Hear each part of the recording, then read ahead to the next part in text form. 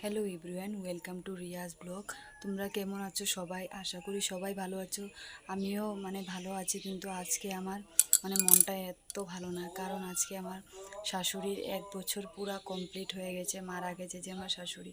তো আমার শাশুড়ি, শ্বশুরও নাই শাশুড়িও নাই। আমার কপালে শ্বশুর শাশুড়ির মায়াটা আমি কখনো পাইনি।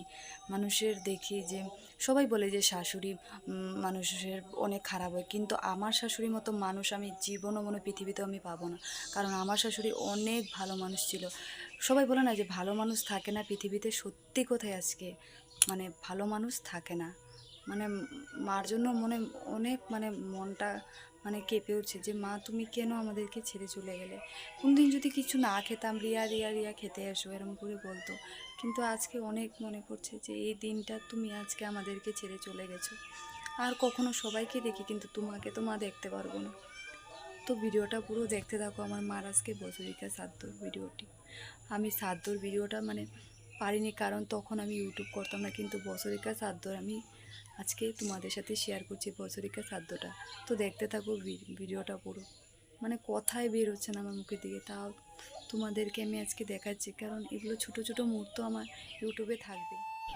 তো এইদিকে দেখতেই পারছো আমার দেওর কাজে বসে গেছে, মার আজকে 1 বছর পুরা হয়ে গেছে মা আমাদেরকে ছেড়ে যাওয়ার।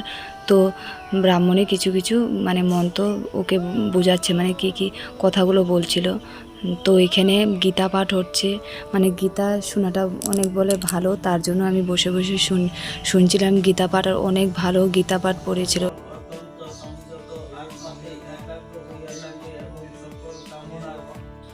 তো এইদিকে ঠাকুরমশাই আমাকে বলছে যে রিয়া তোমাকেও একটা ভোজ্যদান করতে হবে, তুমি এসে পড়ো। আমি বলছি যে হ্যাঁ ঠাকুরমশাই, আমি ভোজ্য নিয়ে এসে পড়েছি, আমাকেও তো একটা ভোজ্যদান করতে হবে। হ্যাঁ এটা আমি জানি ঠাকুরমশাই, আপনি আমার কাজটা করে করে করে দিয়ে দিন।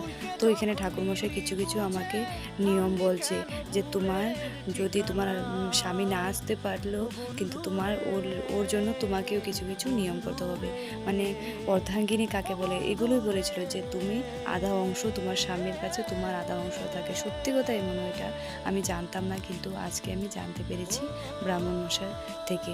তো এখানে আমার পুচকির বাবা ভিডিও কল করেছিল, বলছিল রিয়া অল্প শ্রাদ্ধটা দেখাও। আমি অল্প দেখি। আমি হ্যাঁ কেন কেন দেখাবো না, দেখো তুমিও, তোমার তো আসতে পারোনি, জানি তোমার মনটা অনেক খারাপ লাগছে।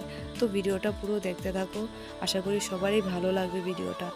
তো এখানে আমি পুচকিকে বাইরে অল্প নিয়ে আসলাম, ওর গরম লাগছিল ঘরে, তার জন্য বাইরে অল্প নিয়ে আসলাম।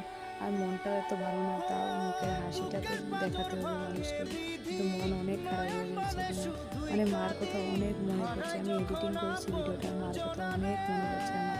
তো এখানে কাজ সব শেষ করে এখানে পুচকির জন্য সন্ধ্যার টাইমে আমি খাওয়া বানাতে এসে বললাম। তো বন্ধুরা, ভিডিওটা কেমন লেগেছে সবাই কমেন্ট করে জানাবে। আর নতুন বন্ধু পুরনো বন্ধু আমি সবাইকে বলছি, যদি ইউটিউবটাকে নতুন করে দেখছো, প্লিজ সাবস্ক্রাইব করতে ভুলবে না। আর আর এদিকে দেখতেই পারছো আমি এখানে পুচকির জন্য বালিটা বানাচ্ছি। আর বালিটা কি বলবো, আমি একটা সটি এনেছিলাম এখান থেকে। সটিটা অনেক খারাপ, কি বলবো, একদম চাক্কা চাক্কা টাইপের সটিটা, এত খারাপ ভাবিনি। পুচকিটা খেতেও চায় না, কিন্তু এটা ভাবছি এখন পাল্টে আরেকটা আনতে হবে। আর পুচকিটাকে দুধও খাওয়াতে পারি না, দুধ লেট করে দেয়, তার জন্য দুধও বন্ধ করে দিচ্ছি। তো ভিডিওটা কেমন লেগেছে সবাই কমেন্ট করে জানাবে। আজকের মতো এতটুকু, টাটা বাই, বা নেক্সট